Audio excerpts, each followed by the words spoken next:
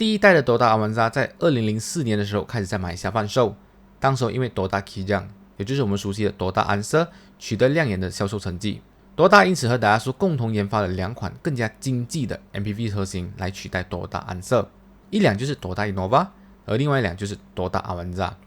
当年 Toyota Avanza 的外形，我个人觉得其实是蛮前卫的，加上它的前置后驱的动力分布以及开不坏丰田这个称号，让很多家庭都选择它作为可上班又可以兼顾家庭使用的小型 MPV 车，以至于截至到2012年第一代的 Toyota Avanza 在马来西亚一共卖出了14万辆车。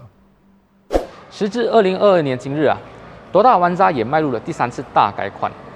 当然，马来西亚版本的 Toyota Avanza 它的名字也换成了 Veloz。对比起它的同胞兄弟 Berdua Alza 来讲的话 ，Veloz 它的售价是贵了2万块钱。所以今天我们就来看一下，到底它值不值得吧。本期的视频非常感谢位于德布劳的 Hua Auto Gallery 借了我们这辆最新大改款的 Veloz 来拍摄。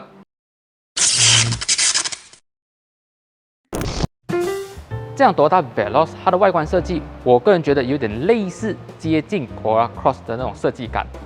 然后设计师他也用上了一些比较巧妙的手法，让这辆 Veloz 它的外观设计看起来比它的同胞兄弟 Berdua Alza 大了一点点。首先我们可以看到它的水箱护罩，这个中间水箱护罩它采用了一个梯形的设计，加上它左右两侧都做的比较宽大一点，看起来会比 Berdua Alza 来的更加的宽。它旁边左右采用了 chrome 饰条，如果是我的话啦，我会把它变成 piano black 左右两侧本来是 fog lamp 的部分，在这个 Veloz 也换成了 daylight 啦。再来这个 Veloz 的 bumper 下面呢，也是有点跟 Alza 不一样的，它下面是采用了防刮材质的 plastic 来作为整车的包围。这样 Veloz 的话，它是没有任何 body kit 的 gear out 所以你们就不用去问到 SA 这辆车有没有 body kit 可以选择，不好意思，它没有，它就是这样子罢了。一来它已经做好全车包围，已经做好给你了啦。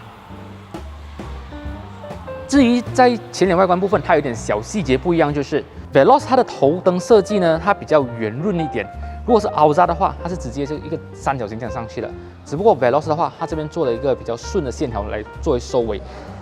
还有一个小细节不一样的就是 Veloz 上面它有一个 chrome 饰条，这个 chrome 饰条呢是从头灯一直延伸到 quarter panel 部分。如果是 Alza 的话，它的 chrome 饰条只是从后尾的 quarter panel 一直到前面的门罢了，它的 Marga 这边是没有的。所以可以看到这辆 Veloz 它是做了一些比较精巧的设计，让这辆车子看起来比较长了一点点。当然 Veloz 头灯也是和 Alza 一样啦，都是采用了反射式设计的 LED 头灯。然后头灯的话，它也是具备了 Adaptive Driving Beam 的功能。基本上这个车头就是这样子我们现在看一下车侧吧。这辆 Toyota Veloz 呢，它是只有一个 spec， 所以 low spec 也是它 ，high spec 也是它，所以你不要去问 Toyota 到底有多少个 spec 它只有一个 spec 罢了。对于只有一个 spec 的 Toyota Veloz， 它的铝圈则是采用了17寸的铝圈。这个铝圈的设计，我个人觉得啦，真的是会比起 Alza 好看一点点啦。当然，这个铝圈的设计，我个人觉得有点偏向 luxury car 的感觉，可能是我最近做 Alpha 或者 Viewfinder 做多啦。这个铝圈真的是有给我类似 premium luxury car 的那种设计感的铝圈。Veloz 它的车顶部分，它是有这个 roof rail， 这个 roof rail 的话呢，是真的 roof rail 不是那种 plastic roof rail 官方是说这个 roof rail 它是可以承重大概是70多公斤，所以这样讲的话，我坐上去应该是不会断啦。对于一个 spec 的 Veloz 来讲，它的后尾的 brake 则是采用了 disc brake， 因为这辆车子它还具备了电子手刹以及 brake hold 的功能。然后刚刚我们在前脸外观部分也有提到一个点，就是它这个车侧部分有这个 chrome 饰条。如果是 Alza 的话，它的 chrome 饰条是从后尾的 quarter panel 到这个车门部分，而 Veloz 它是直接延伸到车头的大灯这边，所以让它看起来就有一种比较宽大的感觉。这一点就是设计师在设计上面用了一些比较视觉错觉的那种手法。而车尾部分 ，Veloz 它的车尾灯采用了一个贯穿式的尾灯 ，Alza 的话呢，它的尾灯就大概是亮到这边罢了啦。个人觉得啦，这些 OEM 的 accessory 制造商应该会开发出适合 Alza 用的这个 accessory 尾灯，来让它达到一个贯穿式的效果。再来，刚刚我有讲到嘛，设计师他非常的bandai，用了一些视觉错觉。在车尾部分，它其实也是有用了这样子的手法。可以看到 bumper 后尾，这个 Veloz 的 bumper 后尾呢，它会看起来比较凸，而 Alza 的话，它的后尾 bumper 会比较平。所以如果两辆车把它摆在一起啊，我们会觉得 Veloz 会比 Alza 来的更加的长。OK， 关于 Alza 跟 Veloz 在外观的相差异，我已经讲完了。现在我讲一下车的内饰部分，到底它们这两者之间有什么差别？我个人觉得啦，其实这个2万块钱的差异，最大的体现还是在内饰。首先我们可以看到啊 ，Veloz 它的内饰采用了一个黑搭配白的内饰，而 Alza 的话是黑搭配红的内饰。Veloz 这次的内饰真的会比较好看，因为它的白色元素呢不是那种奶白色，它的白色是采用了灰白色的元素，加上它上面是有真的车缝线在上面，以及还有一个 Veloz 的铁牌在这边，让它看起来比较有质感一点。再来这个白色部分的元素，它只是采用了软性的皮革材质来作为混搭啦。我个人觉得真的是摸起来这个手感、这个触感蛮不错的。当然，这个白色的内饰它有个坏处啦，就是不耐脏哦，所以你要去定时清理啦。这 Veloz 内饰不只是仪表台啊，它在中岛位置也是和 Alza 有一点相差异的。它在中岛位置也有加入了 LED 的 Ambient Light， 当然不只是中岛位置啊，门板的左右也是有加上了 Ambient Light。这个 Ambient Light 我个人觉得真的是有提升到这个 Veloz 这个夜晚驾驶时的质感的感觉。当然你不要去想啦，这个 Veloz 它的 Ambient Light 可以调什么36种颜色啊，还是多少种颜色啊？不好意思，它只有一种颜色，那就是蓝色。虽然讲 Alza 跟 Veloz 都是采用了7寸的悬浮式触控主机，只不过 Veloz 的触控主机它是可以支援无线的 Apple CarPlay 以及无线的 Android Auto 功能，所以这一点相比 Alza 来讲啊 ，Alza 还要用一个线你才可以使用 Apple CarPlay 或者 Android Auto， 而 Veloz 的话它不用，它只要通过 Wireless 它就可以使用无线的 Apple CarPlay 以及 Android Auto 了。再加上它中间这边呢有一个 Wireless Charger， 所以你可以把你的电话一边充电，